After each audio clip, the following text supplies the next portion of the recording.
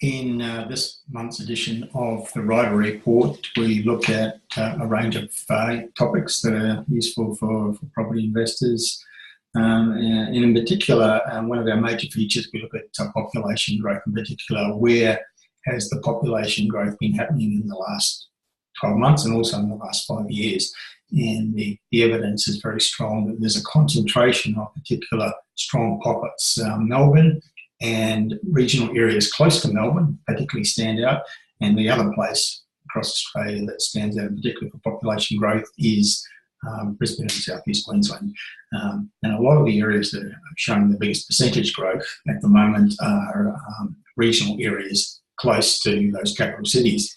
We also look at price data, and in particular we focus on the problem that's created with the way media reports generalised data. And one example is that Australian property prices have grown 4% in the last 12 months. I mean, it's a meaningless figure because we've got all these different markets with different situations around Australia. So we point out that 4% growth figure doesn't actually apply to any of the 8 capital cities. Some have grown considerably more than that, some are growing but a little bit less than that, and some have got prices growing backwards. So what does that 4% Australian property price growth figure mean? Absolutely nothing at all. And we show that in features in this month's edition of the Ryder Report.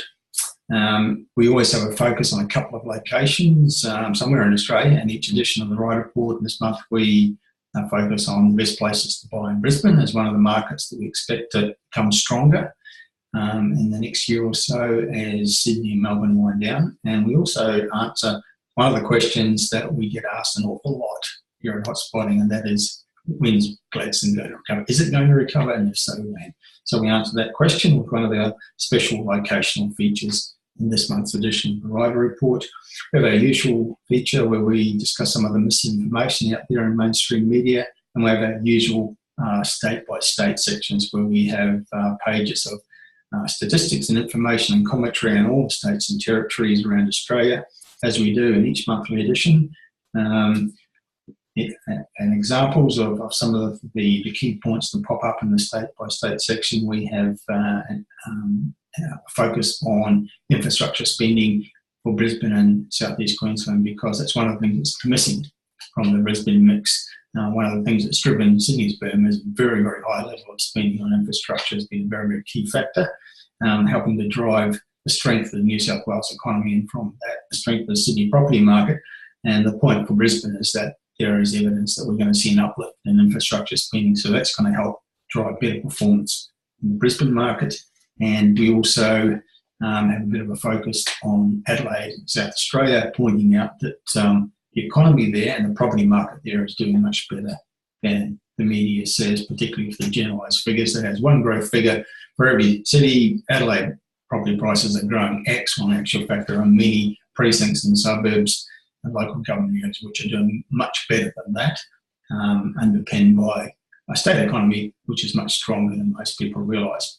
So those are the highlights of this month's edition of the Ryder Report. As usual, it's 25 pages, jam-packed with great information and commentary and analysis that we hope is of great interest to you and useful to you as property consumers. You can get the Ryder Report as an annual subscriber, or you can buy just the current edition if you want to just buy one edition and sample and have a look at what's included. That's it for now. Terry Ryder from hotspotting.com.au signing off. I'll talk to you again soon.